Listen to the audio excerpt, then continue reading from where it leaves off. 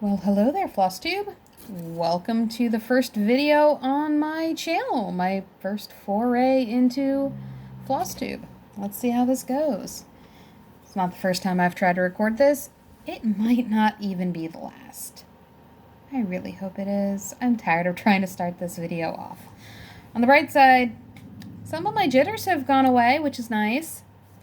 Alright, so, to start off with, my name is Kat. Catherine on Facebook, but I go by Kat. K-A-T, not C-A-T. Because those are the first three letters of my name, and when I was a little kid, I used to actually be able to make a pretty convincing meow sound. But, you know, that's not a thing anymore. I still do it, it's just not convincing anymore. Alright, so I guess I'll tell you maybe when I started to cross-stitch. I think the first time I picked up a kit was probably in 2015.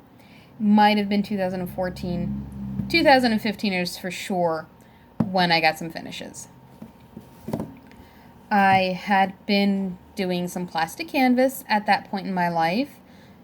I don't really do it anymore. I still like the designs, but I live in a place that's way too small to do any of the finished plastic canvas pieces justice. And they really do need room. So, I don't do plastic canvas anymore, but it got me started into cross-stitching. It was kind of my gateway craft. My grandmother taught me how to do plastic canvas.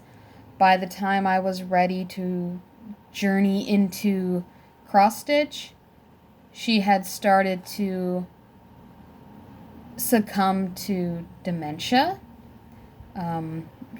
Just starting her journey on dementia. Then she got breast cancer, so she wasn't really able to help me that much learn. I know she would have loved to, but she wasn't able to. She loved and still does love looking at my finishes, but she wasn't able to help me get started. And nobody else in my family wanted to help me get started. I kind of did this on my own. Learned plastic canvas, and then one fateful day, while looking for plastic canvas supplies, I found myself in the Hobby Lobby aisle where plastic canvas and cross-stitch converge. I don't know if this is like this for every Hobby Lobby. It's just what happens in mine. So, I'm looking for I don't even know what. I don't remember. I couldn't tell you. I might have just been looking at the cross-stitch stuff to look at it because it's pretty. And I didn't think I'd ever be able to do it. Surprise, surprise. And then I found 3 little mini kits. I didn't know these things existed. Licensed Disney cross-stitch kits? I thought they were all those really weird, chunky looking kits you always saw at Walmart. I didn't know at that point in my life. I didn't know cross-stitch could be as beautiful as it was. I still thought it was my grandmother and great-grandmother's hobby, you know? I still thought it was ugly flower chairs and flower cushions for chairs and just stuff that wasn't my taste. I know better now. I didn't know before. Now I know. So, my first foray into cross-stitch is actually a MCG Textiles Disney Dreams 3-inch mini. Now, it's one of those ornament minis, and I probably did this badly. I used glue. I know better now. I didn't know then. But I think the first one was actually Jiminy Cricket. So, folks, when I jumped down the rabbit hole of cross-stitch, I jumped in the deep end of the rabbit hole. I really did. This kit, this is a full coverage piece. It has French knots. It has back stitching. It has colors I couldn't tell apart. I jumped in the deep end, and all of the floss was bundled in one big bundle. All of these different blues and purples and greens, they were all in one bundle. And I was just like, what? How do I sort this? And this is before I had really, really, really good lighting. I managed to sort all of these out. I managed to find the middle of the piece of fabric. And I managed to stitch this with really nothing more than the know-how from plastic canvas and the directions that came in the kit. I'm so proud of these little pieces. I love them to death. I wish there were more of these little pieces. But sadly, MCG Textiles is no longer in business, which means these Disney Dreams kits are out of print. And I'm very lucky to have the ones that I do have. I have several that aren't stitched yet, and I have 4 of the 5x7s that are stitched, and I have all 16 of the minis that they released, and they are finished. My next piece after this Jiminy Cricket was the 5x7 Disney Dreams Beauty and the Beast. I love this so much. I learned so much doing this kit. I didn't know to make a working copy of the pattern. I knew I wanted to keep the pattern nice, but I didn't know that it never occurred to me to make a working copy of it. Because I was like, ooh, I don't want an extra copy out around. That doesn't seem right to me. It seems like cheating. So I just didn't do it. What I had done was I had taken a little lead pencil, and every time I had to stop for the day, I put I just marked it with a little bit of lead pencil, and then I erased it the next day when I had to start again. Surprisingly, that paper and that pattern holds up so well. It really does. It holds up so well that the erasing that little dot never hurt it. I work much differently now. I make a working copy. I color it. I color my working copy in with colored lead pencils. It's great. I never lose my place anymore. I lost my place a couple times with this, but I always manage to find my place again. As far as I know, there's no missing stitches. There's no missing back stitch. As far as I'm aware, all of the colors are correct because MCG Textiles was really bad at that. I love this piece. I really do. It was the first big piece I finished. It was the first big piece I framed. And I'm calling this big because when you're starting out and all you see are pieces like this and teeny tiny little itty bitty kits that don't hold your interest, this is big. It's not big to me anymore, but it's the larger size. It's the middling size of kits I have from Disney Dreams. I apologize. I do have a cat. You might be able to hear her. She definitely just clawed up my chair next to me. I'll spray with some water later for that. And I'm not going to fight it now. She has already caused me to restart about 4 times these videos. So, I have some of my other Disney Dreams kits with me around. I'm not going to do a big finish parade. I tried that on my actual camera, which just kept auto-focusing, and it was really awful.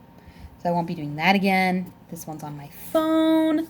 I don't know how much storage it's going to let me have. I don't know how much upload YouTube is going to let me have.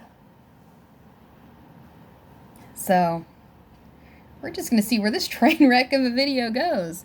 I think everybody's first Flosstube video is a little bit of a train wreck, don't you? Until people find their groove, they find their place, they figure out kind of what they want to do with their Flosstube channel. Probably could tell you who my first Flosstuber was. So when I was doing these Thomas Kincaid pieces, I was also doing the MCG Textiles latch hook rug for Beauty and the Beast. And what I did with this rug is I wanted to make a time-lapse piece of it. I don't remember what prompted me to want to do this, but I wanted to do it. Maybe just to kind of show the progress over time of what it looks like when you've just got a mess of materials and then you come away looking with this gorgeous thing. So I used my camera. I would hook a row, take a picture, hook a row, take a picture, hook a row, take a picture, et cetera, et cetera, et cetera. And at one point, I must have looked at cross-stitch time-lapse videos on YouTube. And somebody had posted one of Snow White Discovers the Cottage from MCG Textiles. And they had that time-lapse video. And after that video was over, it auto-played to Coffee Stitcher's Flosstube video when he started his unfinished and probably regifted large Little Mermaid Disney Dreams kit. I don't know if he still has that kit or not. It's probably long gone and been given away to somebody who will love it and cherish it and actually finish it, because I know Coffee Stitcher says he does not prefer full coverage. I understand that feeling now after having done a handful of the MCG Textiles ones and then having not done full coverage pieces. I totally get it. I do enjoy some full coverage pieces, but I don't enjoy doing them all the time. They're fun, but they're fun in moderation. She says as she's got a Haid sitting in one of the Q snaps off to the side. So, Coffee Stitcher was my first floss tuber.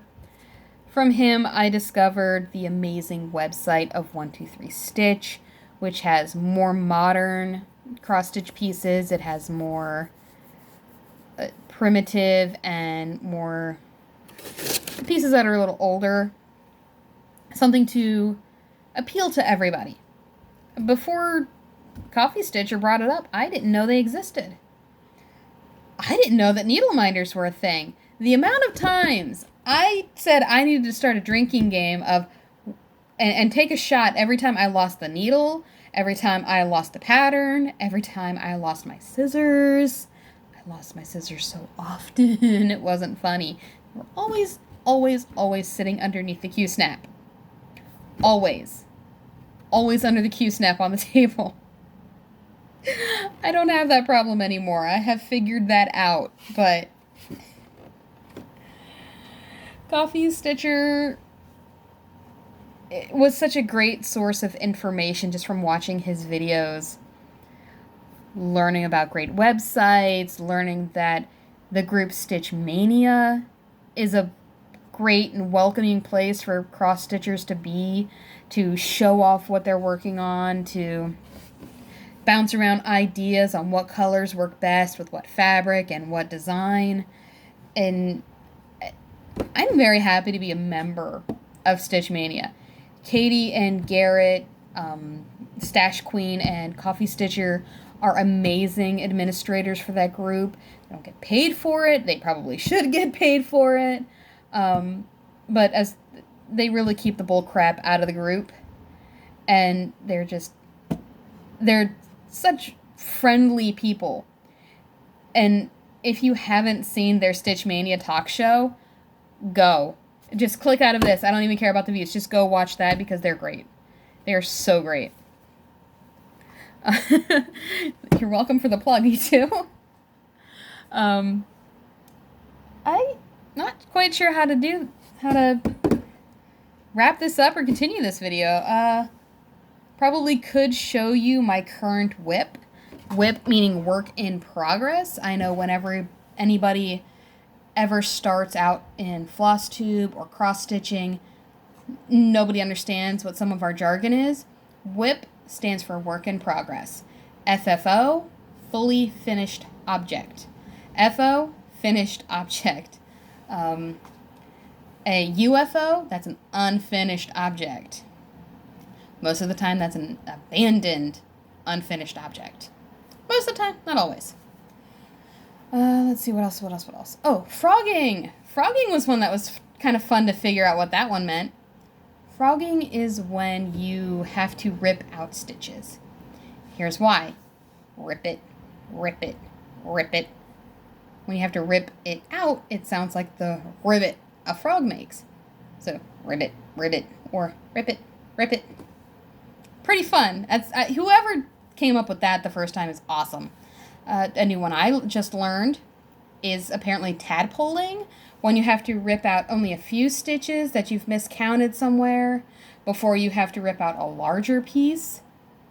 So even I'm still learning new cross-stitch jargon, and I've been kind of in the cross-stitch community for about 5-ish years. I've got a lot of finishes. A lot of them are very small finishes. A handful of them are larger finishes. One of my largest finishes is actually this one right here. This is Glendon Place's Sleepy Hollow. I will take it down at some point and show everybody a better view of it. Today's not going to be that video. It's on the wall. It's staying there. Alright, so my current work in progress. I tend to be a monogamous stitcher. I really do. I enjoy the process, but I also really enjoy getting that finish.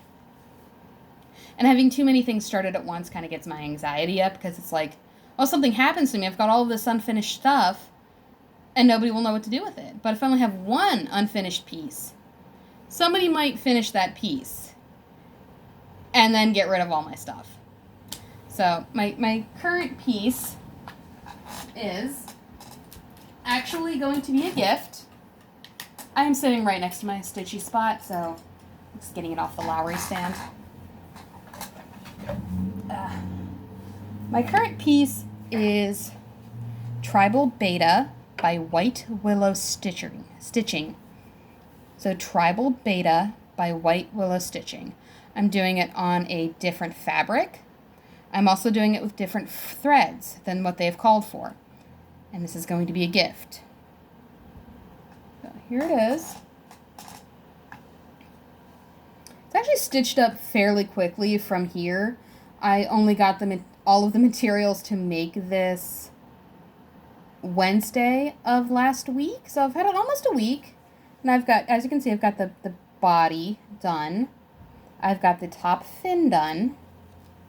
And I've started working on the lower fin. There's also a back fin, which will go right in here, that I'm doing in pink. Now the reason I'm doing it on green fabric with orange and red and pink is because the person this is going to be a gift for, it's actually going to be a wedding gift. So I'm going to somewhere put their name, the date of their wedding, the year of the dumpster fire. I'm sorry, 2020 is the year of the dumpster fire. For whatever reason. For me, it's some more personal reasons and not just the current real world events. But today, this is the year of the dumpster fire.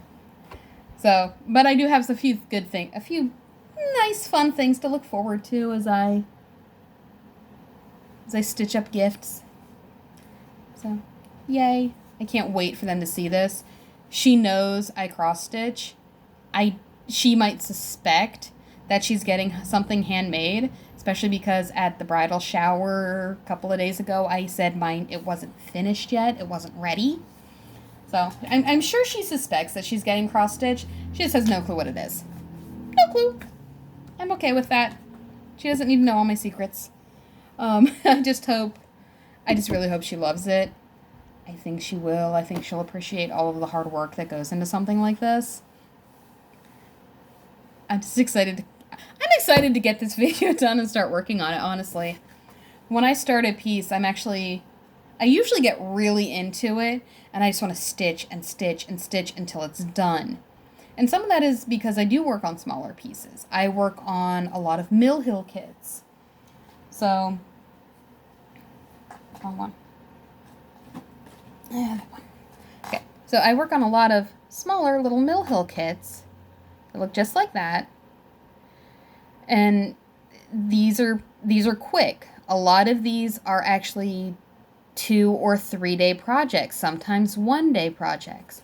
It depends on how fast of a stitcher you are. It depends on how well you can manage the beads, because these are little beaded kits. This one is a magnet. I finish it in felt, and then I put my initials and the year it was completed.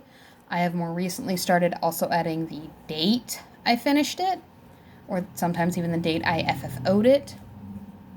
These tend to sit around for a little while before I FFO them, just because it's a process that if I'm going to do it, I might as well wait till I have a decent handful.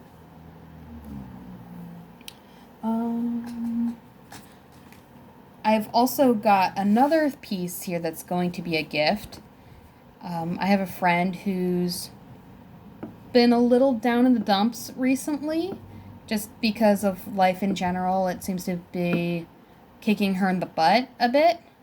I don't know if she's going to watch this, but if she does, I'm not saying her name, and hopefully she won't watch this until I get to send this piece out to her. She has no idea that this is coming. I was inspired by a piece I saw on Etsy or on Pinterest. It's probably sold on Etsy. I saw it on Pinterest. It's You Are Enough. And I just think that's a great thing to be told, that you are enough. That just you being you is all that anybody should expect of you. It is all that you should strive to be, that you are enough. You being you is enough. You don't have to wear the most blingy clothes. You don't have to have the long nails. You don't have to have the most glorious hair or whatever. You don't have to drive the most expensive, newest sports car. You are enough. You are enough for you, and the friends who love you and who are with you through thick and thin. They know who you are, and you being you is just enough. I don't know where all that came from, but I just love the sentiment that you are enough. Sometimes everybody needs to hear that. So I was inspired by somebody else's design called You Are Enough, and I wanted to make my own, because I felt it was more personal. It's probably going to be more appreciated that way. So I have here, this is my own design. I used graph paper and colored pencils to figure this out, and a couple of magazines I've got in the other room that had, little motifs for borders and alphabets and what have you. So I've made this myself. It is You Are Enough. And it's just, these are supposed to be teeny little cats, hearts, just some really simple little flowers. Figuring out the wording.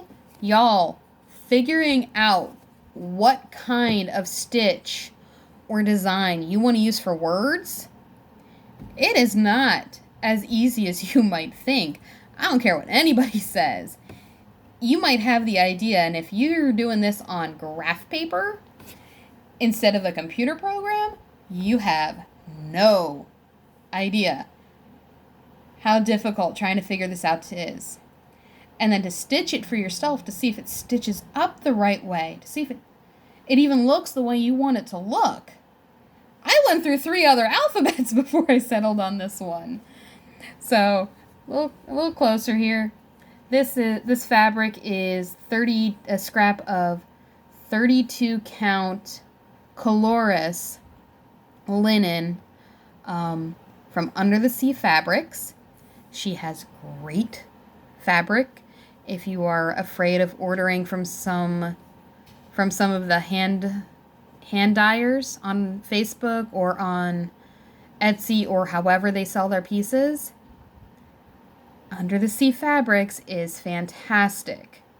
She's, I don't know a whole lot about her, but this fabric is glorious. This is only a small piece of it. It's mostly blues and a little green. But the larger piece I got that I used for something else fit it so well. If you want to see, I actually have the piece here because I have everything around me. We're not going through everything today. I might do another video on that. But what I did was, I did on that Coloris fabric from Under the Sea Fabrics, I made my first biscornu. I don't know if I'm saying that right. That's how we're going to go with it today. I made my first biscornu from Alice in Wonderland, Clouds Factory. I figured, what better fabric than a multicolored conglomeration, just a multicolored fabric for the adventures that Alice had in Wonderland. The colors on this screen aren't as vivid and vibrant as what they really are.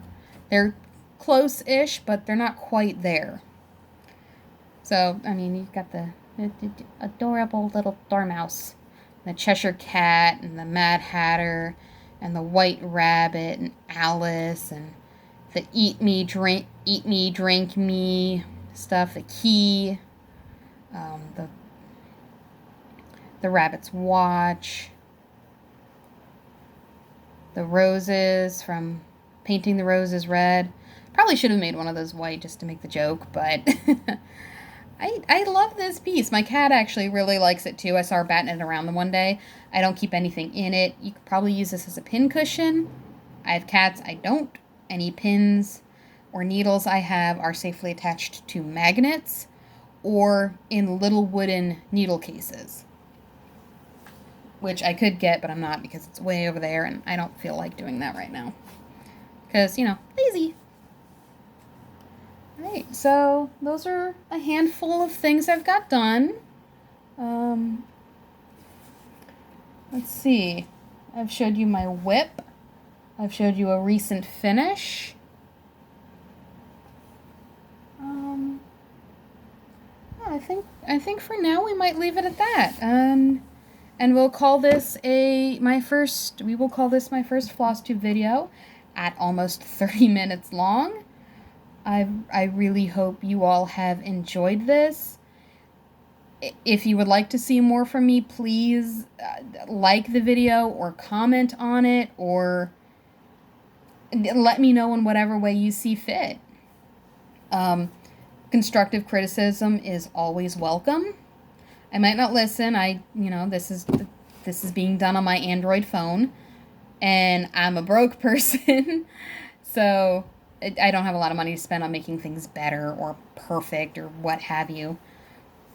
But constructive criticism on things that I can control, I will take into consideration.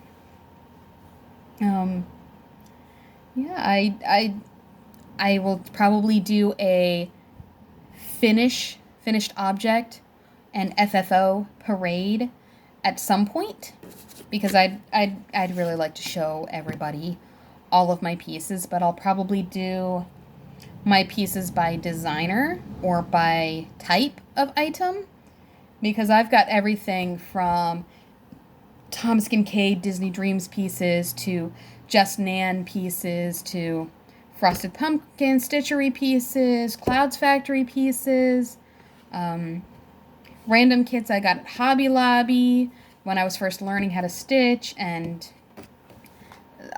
some of these pieces are before I discovered that fabric came in a color other than white and black and dark blue, because that's what they had at Hobby Lobby and Michael's and Joann's, which are the three big retailers around my area. Yeah. Oh, you know what I could show you before we go? I could show you that Haid I mentioned a little while ago. So, I think I'm doing this differently than what other people stitch their Haids. For one, I'm starting in the top left corner, like a lot of excuse me, I do that sometimes.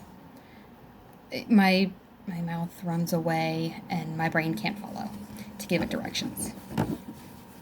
So, I think I'm doing this a little different. I'm doing this 2/2 on a 28 count even weave. This is the it's a very little amount. This is the Maleficent Quick Stitch from Heaven and Earth Designs. My needle minder here is from No Name Needle Minders, I believe. This is, focus. Anyway, it's the artwork from Disney's The Black Cauldron movie. Let's see if that'll work.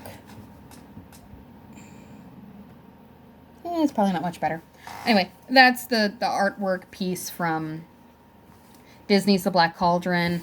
I like the movie. I don't care if other people like the movie. I like the movie. If Disney needs ideas for doing remakes, though, Black Cauldron, Sword in the Stone, what's another one I always say? The Black Cauldron, The Sword in the Stone, and... oh, Robin Hood. The Black Cauldron, The Sword in the Stone, and Robin Hood. Those are 3 movies Disney could remake and do a way better job of. They are movies that could totally benefit from modern movie making ideas.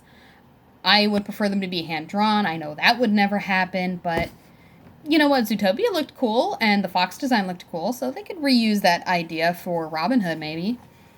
Sword in the Stone would probably end up looking more like Rapunzel today, which is cool. Though the Black Cauldron, I would love to see Disney get that dark in a movie again. Because I don't care what any of y'all say. Maleficent, Scar, Dr. Facilier, none of those villains are as creepy as the Horned King from the Black Cauldron. Okay, you know what? Let's end this. Okay, so Heaven and Earth Design, it's a whip I have going. I'll probably get a lot more time to work on it in October. I'm having something done. I'll be off work for like 2 weeks, so I'll be able to have all of the stitching time I want in October for that piece. How much of it I actually do on that piece, we shall see, because who knows what kind of a mood I'm going to be in when we go for that. Okay, that's the longest outro ever. I hope you all enjoy my video. Please comment or like. You don't have to subscribe. I don't care. But if you want more, please let me know. I really, really, really hope you all have enjoyed this. Have a great rest of your